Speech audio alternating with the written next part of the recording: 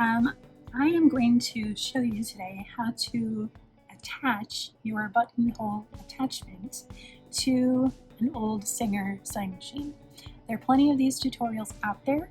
I am showing you this one because I'm going to use one of the buttonhole attachments that I will be dropping in my shop soon. So I thought I'd show you how to use that for anyone who may be purchasing this and need a tutorial on this specific model. I happen to have two of these, so I thought that would be helpful.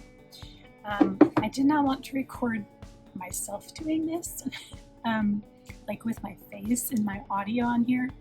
A, because I'm super quiet. B, because the air conditioning unit is right here and we have to keep it on to regulate temperature for a bunch of the instruments that we have up here in our studio space. So it's just going to be loud. I'm sorry. That's a long-winded, minute-long way of saying if you're confused at any point, those who might be hard of hearing and using the captions for this video, if you're confused on any step of this, feel free to reach out to me and I can try to re-record a video for you that's a little clearer, or help you get access to resources that will be better in terms of like explanations and things making sense on paper. So that said, I have this lovely Singer model from 1960. I have two of these, as I said. One of them has, instead of these metal, actually I think they're cast iron in particular, cams included. They were replaced with plastic cams at some point in time. That's why you'll see there's going to be a price difference on those. However, I have extra cams that are the same size and model as several of those plastic ones, so I may just replace them for you. Anyhow, included in your buttonhole attachment, I'm also going to be out of frame, and this is going to be sloppy. I'm sorry, I'm just not the best at recording these things. Anyhow, you have your kit here with all of the attachments. I'll go over those in a minute, and cams and bits and bobs. You have your manual. Both of the models that I'm putting in the shop have the manual included with publication from 1960. This is model number 489500 or 510. You can use it either way. And I am putting this onto a Singer 2012. That's the machine that I have that I adore. So that's what you're going to be seeing here in just a moment. I'll show you real quick all of the parts that come, excuse me, with this, and then we'll hop on over to machine where I can give you a little better view of what's going on here. Alright, so this is what you're going to get. This one has the brass finishing on it, the other one does not. So this one is super bling-tastic. You can look forward to that. On this side here, this is where you can adjust the stitch length, stitch size, bite size, not B-I-T-E, B-I-G-H-T. That's what this adjusts. Don't ask me what that is because I don't know. I think it's just the stitch length. Anyway, this down here is your cloth clamp. This is actually going to move your fabric for you, unlike modern day buttonhole attachments where the attachment moves around the fabric. This moves the fabric around the needle. It's really cool. So this kind of agitates the fabric and moves it in the places that it needs to. As you're going to see later on, this makes lots of fun clicking sounds. If you can hear that, that's the sound that it makes when it's moving back and forth through the machine, kind of going around the cogs, which I'll show you in a second. And then this piece will keep up, and that helps you to attach it to different parts of your machine. So there's the actual buttonhole attachment. You need your plate, button plate, or excuse me, feed dogs cover, plate, cover thing, whatever words I'm trying to look for. So that's this here. This piece we're going to put into one of the holes that are down here next to the feed dogs, which again, I'll show you in a second. It also comes with your attachment pin and a variety of cams, like I said. I'm using the term cams, but this is what it is. It's the different buttonhole sizes. Each one tells you on the back which size it is, and the way that you figure out which one you need is you choose a button. Of course, I don't have one next to me, but you take it and you hold it up against the cam, and you're looking to see just a tiny bit of line on either side to ensure that you can get the button through that hole when it's done. So once you've selected the cam that you need, we're good to get started. So let's jump over to the machine and I'll show you more specifics.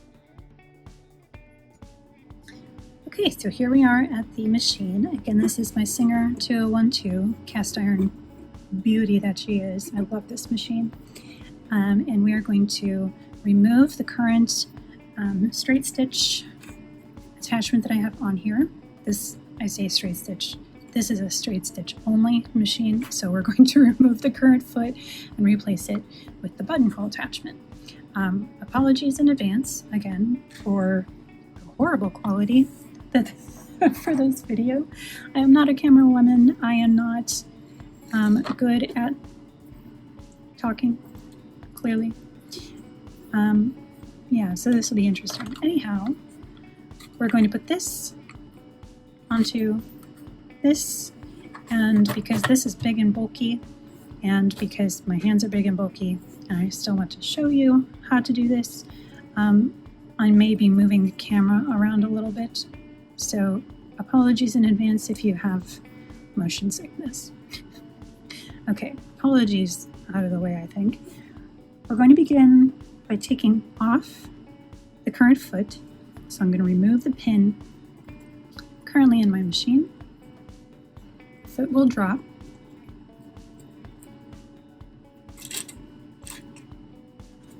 I'm going to put that off to the side for later, and I want to put that back in. Okay.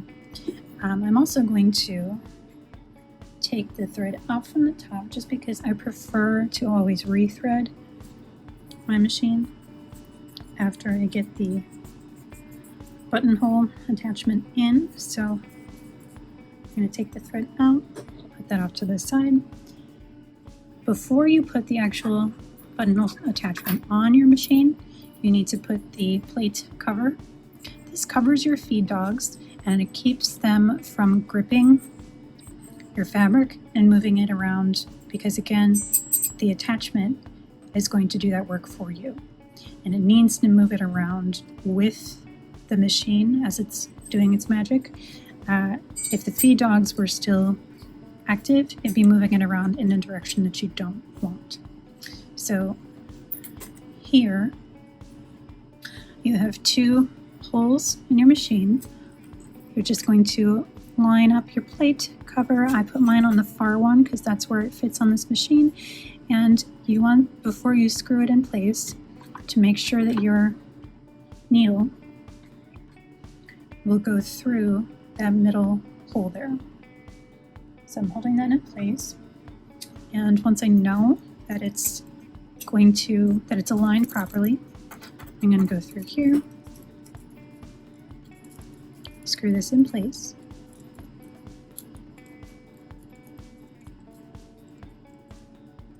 And that's screwed in pretty tightly, but you're going to notice that you can still hear it moving around just a tiny bit, and that's fine. Don't worry about it being like super secure in there. It is as secure as it should be. Your next step is to put the attachment on. before you actually put it into your machine, you want to select your cam size, and you're going to put it in the back here. Now notice I kind of slid this forward and then pulled up. And you're going to notice that there's a cam hole here where that needs to go, and you've got kind of a cog in the back here. This is going to be moving back and forth, and you can push it back and forth there. Mine looks kind of gross because I just oiled it recently. But what you want to do is take your selected cam, put that with the kind of circular, larger side tip, whatever. You want to put that down toward the cloth clamp. You want to have that over the cog so that the cog can move around that end there. And it may take some finagling depending on the size of your cam. Finagling, she says, trying to. Okay, I lied to you, I'm sorry. After some finagling on my part, I figured out the best way, easiest way to do this.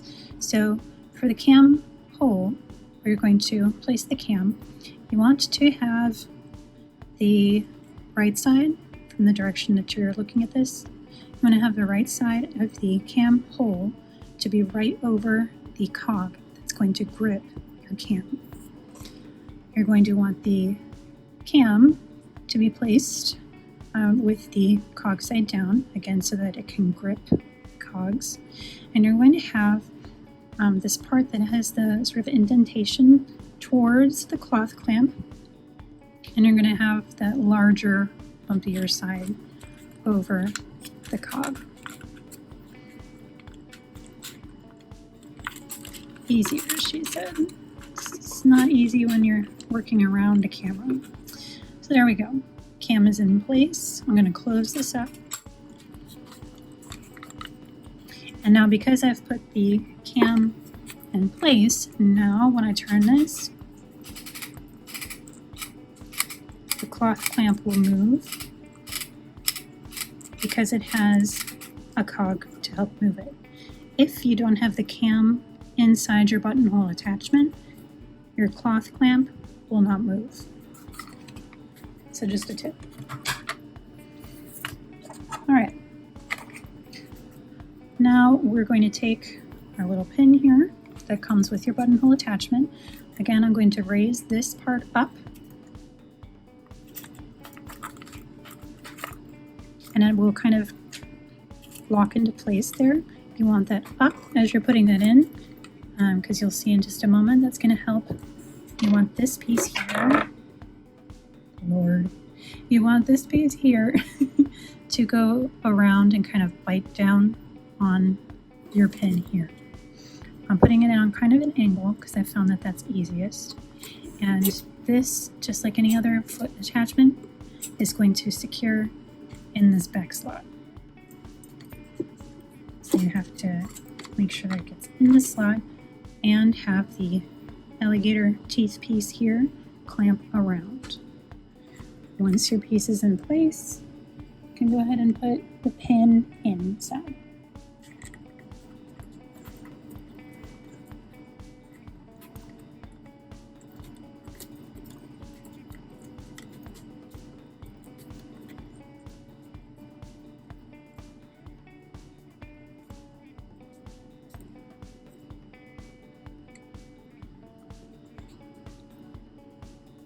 Okay.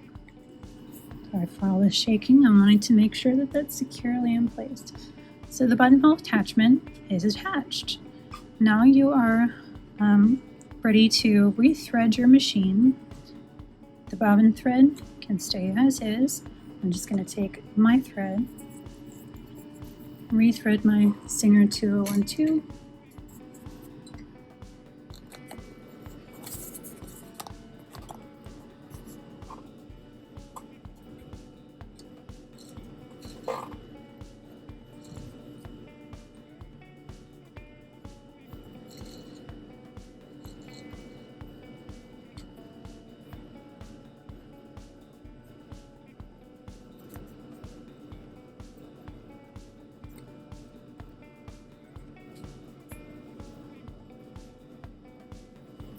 And I'm going to spare you this last part here.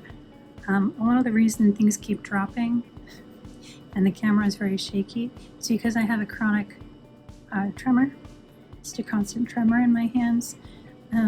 So doing this kind of work is very difficult for me at any point in time, but especially when my blood sugar is low. So I'm going to spare you from watching this part. It's going to magically be threaded. Ta-da! Told you it's magic.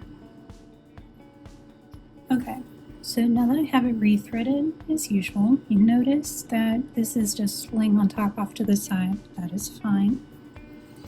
I have a spare piece that has interfacing. This is actually a knit, which I do not recommend practicing with if you are new to this kind of thing. This thing being a buttonhole attachment.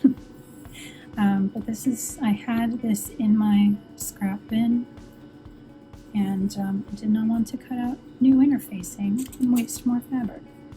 I'm going to take this, and it's hard for you to see, I'm sure, on that camera, but I do actually have some marked lines on here. And I'm going to pull this up and kind of wiggle this. Actually, I think, no, I'm the one facing this way, I think.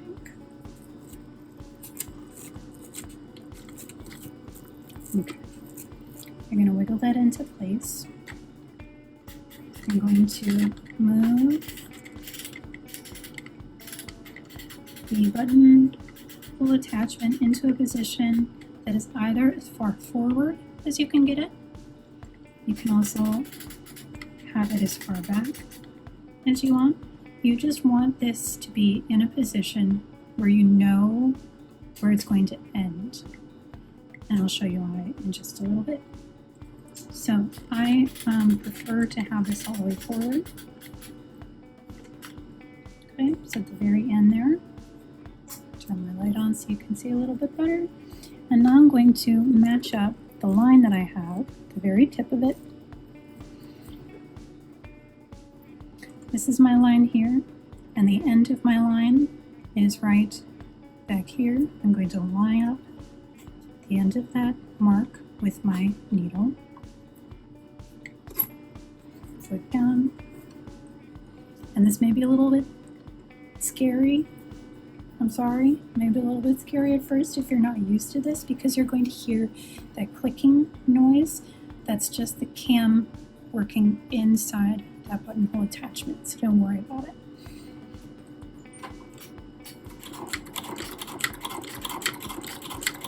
And off it goes. Notice how the attachment, like I said, is actually moving the fabric around.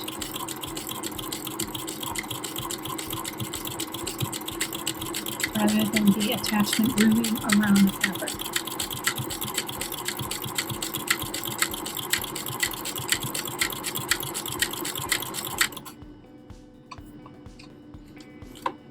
Hand crank this here one more time and zoom in just a little bit so you can see. This is what I was attempting to communicate before.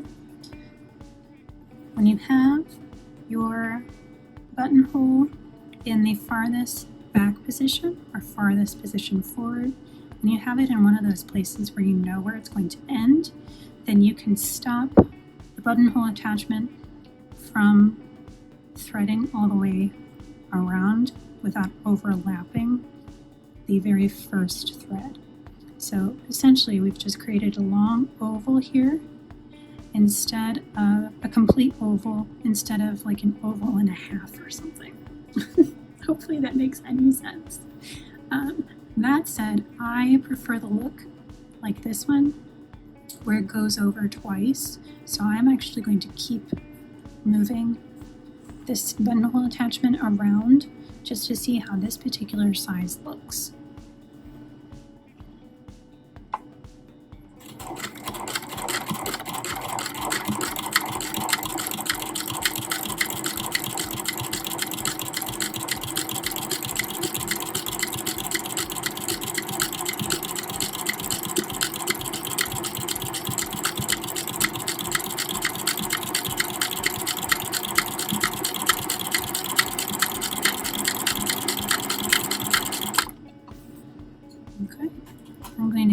shrink the last couple just because I prefer to have more accuracy there at the end. If you are not picky, don't worry about it. Foot up in the back, and you can pull your work out and snip. This is sticking because it is a knit and it wants to grip to the plate in here.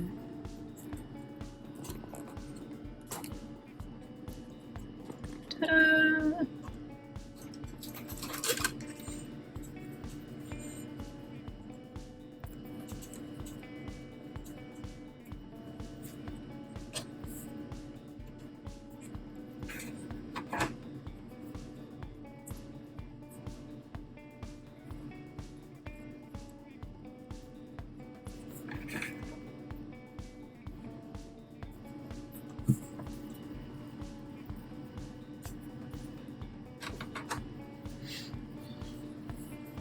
Okay, there you go. This is the one that we just did here.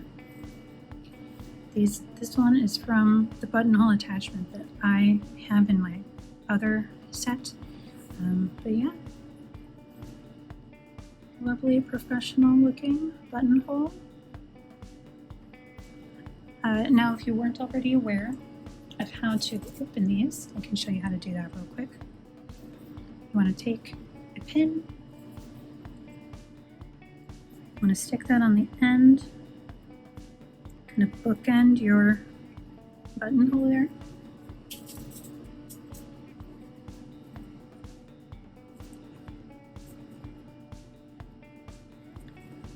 And you want to keep it in just a little bit from the sides. You don't want to have it outside the buttonhole because this is going to keep your seam ripper from going through the end of your threads.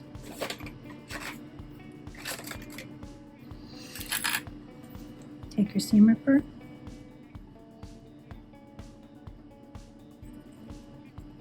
and it's not going to work because it's old and this is a very thick fabric. Okay, push it through, and again you notice because I have the pin there, it's stopping my seam ripper from going through the end. It's just a fun tip for you.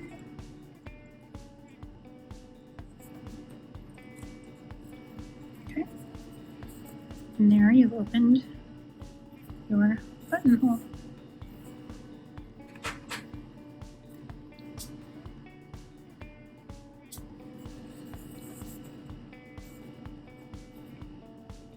Ta-da! So that is it. Thank you for sticking around through this tutorial. Again, if you are someone who has a hard time hearing and the closed captioning on this video came out kind of wonky, you're having some troubles getting your attachment set up properly, just let me know, send me a message, and I'd be happy to help and offer some extra assistance in any way that I can. That said, I have these two buttonhole attachments up in the shop. As said, I do have one additional attachment from a different brand, Graced. It's a German company, one I'm clearly not familiar with, I apologize, but same basic principles apply. Basically every buttonhole attachment from that period was about the same, in my opinion. So there are 3 options in the shop. If you have any more questions, let me know. And as always, I hope you have a great day.